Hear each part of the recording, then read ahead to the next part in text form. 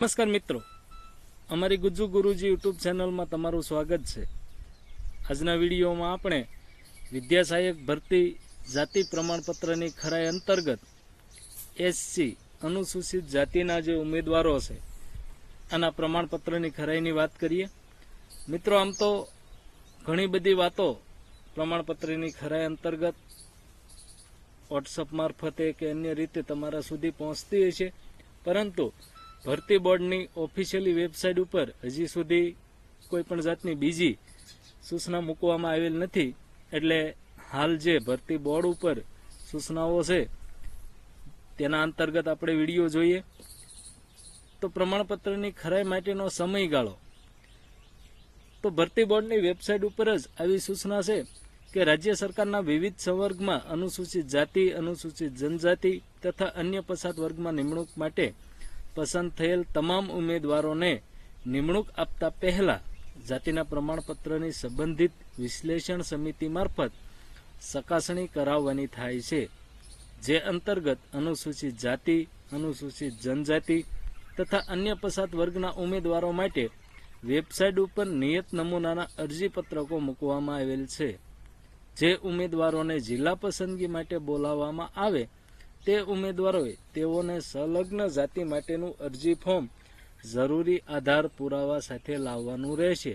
એટલે કે જો સંભવિત 17 તારીખ સુધીમાં ફાઇનલ મેરિટ લિસ્ટ આવી જાય અને પછીથી જિલ્લા પસંદગી માટે બોલાવવામાં આવે તો આપણે છે એ પ્રમાણપત્રની ખરાઈનું જે ફોર્મેટ છે એ તૈયાર કરીને સાથે લઈ જવાનું રહેશે। આવી સૂચના હાલ બોર્ડની વેબસાઇટ ઉપર છે। મિત્રો, આવી ઉપયોગી માહિતી માટે અમારી ચેનલને સબસ્ક્રાઈબ કરી રાખજો અને તમને કોઈ પણ જાતની માહિતીની જરૂર હોય તો અમારા વોટ્સઅપ ગ્રુપમાં પણ તમે જોડાઈ શકો છો। આગળ વાત કરીએ તો અમારી વેબસાઇટ ઉપર અમારી ચેનલ ઉપર વયપત્રક ઉતારાની સમજ, એસસીબીસી જાતિના પ્રમાણપત્રની ખરાઈ, પેઢીનામા અંગેની સમજ, આ તમામ બાબતોના સરળ વિડીયો અપલોડ કરવામાં આવેલા છે। તેમજ તમારે તમામ ફોર્મેટના પીડીએફ નમૂના જોતા હોય તો પણ અમારા વોટ્સઅપ ગ્રુપ ઉપર મળી રહેશે। માટે વિદ્યા સહાયકની ભરતી પૂર્ણ થાય અને તમે શાળામાં હાજર થાવ ત્યાં સુધીની તમામ સરળ અપડેટ માટે અમારી ચેનલને સબસ્ક્રાઈબ કરી રાખો તથા અમારા વોટ્સઅપ ગ્રુપમાં પણ તમે જોડાઈ શકો છો। હવે આપણે સહી એસસી જાતિના જે પ્રમાણપત્રની ખરાઈની વાત કરીએ તો એસસી જાતિનું પ્રમાણપત્રની ખરાઈ છે એ ક્યાં થશે? તો કે રાજ્ય સરકારની સેવાઓમાં નિમણૂક આપતા પહેલા સત્તાધિકારી દ્વારા અનુસૂચિત જાતિના ઉમેદવારોના જાતિ પ્રમાણપત્રની ચકાસણી એટલે કે ખરાઈ નિયામક શ્રી અનુસૂચિત જાતિ કલ્યાણની કચેરી ગાંધીનગર ખાતે કરવામાં માટે નીચે મુજબની પદ્ધતિ અનુસાર કાર્યવાહી કરવાની રહેશે। જેમાં સંબંધિત વિભાગ ખાતાના વડા દ્વારા જે ઉમેદવારોના અનુસૂચિત જાતિના પ્રમાણપત્રોની ચકાસણી કરવાની થતી હોય તેવા તમામ ઉમેદવારો પાસેથી આ સાથે સામેલ રાખેલ નિયત ફોર્મમાં વિગતો તથા આધાર પુરાવાની નકલો મેળવીને નિયત ફોર્મ સાથે મોકલવાના રહેશે। એટલે કે એસસીના જે પ્રમાણપત્રો છે એની ખરાઈ ગાંધીનગર ઓફિસથી થશે। હવે જોઈએ તો પ્રમાણપત્રની ખરાઈમાં કયા કયા ડોક્યુમેન્ટ જોઈશે। તો એસસી ઉમેદવારો છે તેવા ઉમેદવારનું શાળા છોડ્યાનું અસલ અને નકલ પ્રમાણપત્ર એટલે કે ઓરિજિનલ સાથે સાથે તેની એક ઝેરોક્સ, ઉમેદવારનું અનુસૂચિત જાતિનું અને પેટા જ્ઞાતિ સ્પષ્ટતાવાળું અસલ અને નકલ જાતિ પ્રમાણપત્ર, ઉમેદવારના પિતાનું શાળા છોડ્યાનું અસલ અને નકલ પ્રમાણપત્ર, ઉમેદવારના પિતાનું અનુસૂચિત જાતિ અંગેનું અસલ અને નકલ પ્રમાણપત્ર। હવેના જે પ્રમાણપત્રો છે એ જે તમારી પાસે હાજર હોય, આગળ 5 નંબરમાં આપ્યું કે ભાઈ ઉમેદવારના ભાઈ અથવા બહેનના શાળા છોડ્યાનું અસલ અથવા નકલ પ્રમાણપત્ર, એ પણ ફરજિયાત નથી, કારણ કે ભાઈ કે બેન હોય કે ના હોય તો પણ ભણેલા હોય કે ના હોય, એટલે જે તમારી પાસે હાજર હોય તે જોડવું। પછી ઉમેદવારના ભાઈ કે બહેનનું અનુસૂચિત જાતિના અસલ અને નકલ પ્રમાણપત્રો. આગળ 7 નંબર, પિતા અભણ હોય તેવા કિસ્સામાં. જો પિતાનું હોય ત્યાં સુધી તો આપણું કામ ત્યાં પૂરું થઈ જાય છે, પણ જો પિતા અભણ હોય તેવા કિસ્સામાં દાદા, કાકા, ફોઈ પૈકી કોઈ પણ એકનો જાતિ પુરવાર થાય તેવું અસલ દસ્તાવેજ અને પેઢીનામું. જો પિતા સિવાયનું કોઈ પણનું આપણે રજૂ કરીએ ત્યારે સહી આપણે ઉમેદવાર સુધી પહોંચવા માટેનું પેઢીનામું રજૂ કરવું પડતું હોય છે, જેનો નમૂનો પણ અમે સહી અમારી ચેનલ ઉપર મૂકેલો જ છે આખો વિડીયો. 8 નંબર, રેશન કાર્ડ અસલ અને એની ઝેરોક્સ. આ ઉમેદવારોએ પોતાનું રેશન કાર્ડ પણ જોડવાનું રહેશે. ઉમેદવાર તથા તેઓના પિતાએ જો શાળા સોળ્યાના પ્રમાણપત્રો ડુપ્લિકેટ મેળવેલ હોય તો આ સાથે સામેલ નિયત નમૂના મુજબ જ પ્રાથમિક શાળાના વહીપત્રકનો ઉતારો રજૂ કરવો. આ વહીપત્રકના ઉતારાના સમજનો વિડીયો પણ અમે અમારી ચેનલ ઉપર મૂકેલો છે, અને જો તમારે વહીપત્રકનો નમૂનાની જરૂર હોય તો અમારા વોટ્સઅપ ગ્રુપ પરથી પણ તમને મળી રહેશે.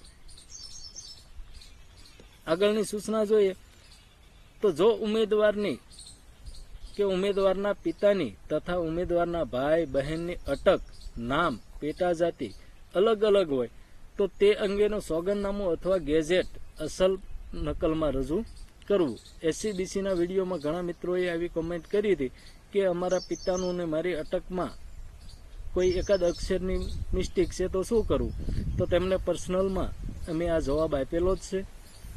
11 નંબર, અનુસૂચિત જાતિના સંબંધિત ઈસમ સભ્ય અગર તો તેના પિતા, પ્રપિતા, વડવાઓ અન્ય રાજ્યમાંથી સ્થળાંતર કરીને ગુજરાતમાં આવ્યા હોય તેવા કિસ્સામાં અને પ્રેસિડેન્શિયલી ઓર્ડર તારીખ 10/8/1950થી બહાર પડ્યાની તારીખ અથવા તે પહેલાં ગુજરાત રાજ્યમાં કાયમી વસવાટ ધરાવતા હોય તેવા રેવન્યુ રેકર્ડ આધારિત પુરાવાઓની અસલ તથા પ્રમાણિત નકલ. 12 નંબર, અનુસૂચિત જાતિના સંબંધિત ઈસમ સભ્ય અગર તો તેના પિતા, પ્રપિતા કે વડવાઓ મહારાષ્ટ્રમાંથી સ્થળાંતર કરી ગુજરાત રાજ્યમાં વસવાટ કરતા હોય તેવા કિસ્સામાં તારીખ 1/5/1960 પહેલા એટલે કે મુંબઈ રાજ્ય વખતે ગુજરાતમાં સ્થાયી થયેલા હોય તેવા રેવન્યુ રેકર્ડ આધારિત પુરાવાની અસલ અને પ્રમાણિત નકલ. હવે જોઈએ કે કોઈ કિસ્સામાં અસલ આધારો ચકાસણી ખરાઈ માટે રૂબરૂ રજૂ કરવા જણાવવામાં આવે તો નિયત તારીખ અને સમયે ઉમેદવારે રૂબરૂ ઉપસ્થિત થવાનું રહેશે.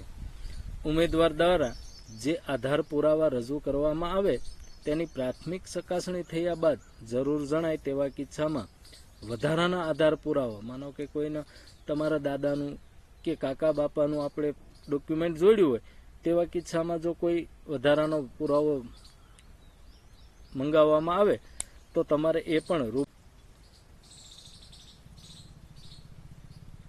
ઉમેદવારે પોતાનું નામ, સરનામું, મોબાઈલ નંબર, તારીખ અહીં પૂરેપૂરી વિગત ભર્યા પછી સહી ફોર્મ આગળ ભરવાનું રહેશે. તમારે જે તે જિલ્લામાં ખરાઈ કરવાની હોય તે જિલ્લાને સંબોધીને આ ફોર્મ સહી ભરવાનું રહેશે.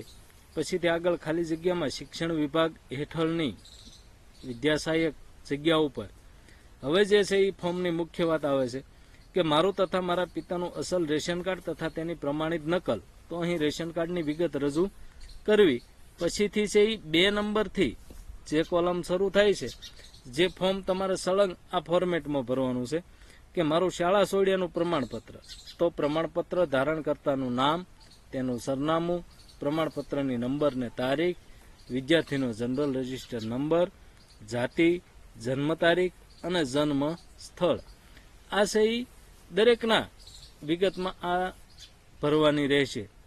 સાથે સાથે મારું અનુસૂચિત જાતિનું જે પ્રમાણપત્ર છે તો પ્રમાણપત્રની વિગત પણ અહીં તમારે અપલોડ કરવાની રહેશે કે પ્રમાણપત્ર ધારણકર્તાનું નામ, પેટા જાતિ, જાતિ પ્રમાણપત્રના નંબર ને તારીખ, જાતિ પ્રમાણપત્ર આપનાર અધિકારીની કચેરી. આ જ રીતે ઉમેદવારનું પૂરું થયા પછી મારા પિતાનું શાળા સોળિયાનું પ્રમાણપત્ર, તો અહીં એમની વિગત છે એ દરેક કોલમમાં ભરવાની રહેશે. મારા પિતાનું અનુસૂચિત જાતિનું પ્રમાણપત્ર, તો તેની પણ તમામ વિગત છે એ બાજુમાં કોલમમાં ભરવાની રહેશે. સાથે સાથે મારા સગા ભાઈનું શાળા સોળિયાનું પ્રમાણપત્ર, મારા સગા ભાઈના અનુસૂચિત જાતિનું પ્રમાણપત્ર, મારા સગા બહેનનું શાળા સોળિયાનું પ્રમાણપત્ર, ત્યારબાદ મારા સગા બહેનનું અનુસૂચિત જાતિનું પ્રમાણપત્ર, મારા સગા મોટા બાપાનું શાળા સોળિયાનું પ્રમાણપત્ર, મારા સગા મોટા બાપાના અનુસૂચિત જાતિનું પ્રમાણપત્ર, મારા સગા કાકાનું શાળા સોળિયાનું પ્રમાણપત્ર. જો કાકાનું પ્રમાણપત્ર જોડો તો મારા સગા કાકાનું અનુસૂચિત જાતિનું પ્રમાણપત્ર, મારા સગા ફોઈનું શાળા સોળિયાનું પ્રમાણપત્ર અને તેમનું અનુસૂચિત જાતિનું પ્રમાણપત્ર, મારા દાદાનું શાળા સોળિયાનું પ્રમાણપત્ર તો છે એ દાદાનું અનુસૂચિત જાતિનું પ્રમાણપત્ર. આ ઉપરાંત મારી જાતિના સમર્થનમાં નીચે જણાવેલ વધુ આધાર પુરાવાની નકલ પણ રજૂ કરવામાં આવેલ છે, જેમાં મારા પિતરાઈ ભાઈનું શાળા સોળિયાનું પ્રમાણપત્ર અને પિતરાઈ ભાઈના અનુસૂચિત જાતિનું પ્રમાણપત્ર, મારા પિતરાઈ બહેનનું શાળા સોળિયાનું પ્રમાણપત્ર અને મારા પિતરાઈ બહેનનું જાતિનું પ્રમાણપત્ર. હવે અહીંયા એક 19 નંબરની કોલમમાં સૂચના આપેલી છે કે મારા કુટુંબ પરિવારનું પેઢીનામું. જાતિના સમર્થનમાં આપની સાથે લોહીનો સંબંધ ધરાવતા જે વ્યક્તિના આધાર પુરાવા રજૂ કરવામાં આવે તે વ્યક્તિનું નામ પેઢીનામામાં અવશ્ય હોવું જોઈએ. ઉપર તો ઘણા બધા એવા કે મારા સગા ભાઈનું, સગા બહેનનું, સગા કાકાનું, પણ એમાંથી તમને જે લાગુ પડતું હોય, તમારી પાસે જે હયાત હોય તે વ્યક્તિનું જોડી શકો છો. દરેકનું આપણે ગોતવું જ એવું ફરજિયાત છે નહીં. સ્થળાંતરની સૂચના આપણે અગાઉ જોઈ ગયા છીએ કે મહારાષ્ટ્ર રાજ્યમાંથી આવેલા હોય તો 1960 પહેલાં એટલે કે મુંબઈ રાજ્ય વખતે ગુજરાતમાં સ્થાયી થયેલા હોય તો તેમનું પ્રમાણપત્ર કેવા પ્રમાણપત્રો હાલે તો કે મારા દાદાના નામે ખાલી જગ્યા કચેરી બેંક કંપની 1960 પહેલાં નોકરી કરતા હતા તે બાબતનું સંબંધિત કચેરીનું પ્રમાણપત્ર, અથવા તો દાદા છે કોઈ નગરપાલિકા કે ગ્રામ પંચાયતમાં નોકરી કરતા હોય તો આવા પ્રમાણપત્રો છે એ તમે રજૂ કરી શકો છો. કારણ કે 1950 અથવા તો 1960 પહેલાં જે ગુજરાતમાં સ્થાયી થયા હોય તો તેવા ઉમેદવારોના દાદાનું પ્રમાણપત્ર છે એ આપણે રજૂ કરવું પડતું હોય છે, જેની સાથે આપણે છે એ પેઢીનામું રજૂ કરવું પડશે. સાથે દાદાનો ધર્મ, પોતાનો ધર્મ આવી વિગતો ભરી અને અંતે છે એ આપણે છે એ સક્ષમ અધિકારી સમક્ષ સહી માટે મૂકશું. જે અહીં આપણને સહી તફાવત જણાય તેની નોંધ મારી અને સહી કરીને આપણું ફોર્મ સહી આપતા હોય છે. તો મિત્રો, વિદ્યાસહાયક ભરતી પૂર્ણ થાય ત્યાં સુધીની આગળની પ્રોસેસ અને માહિતી મેળવવા માટે અમારી ચેનલને સબસ્ક્રાઈબ કરી રાખો. આભાર.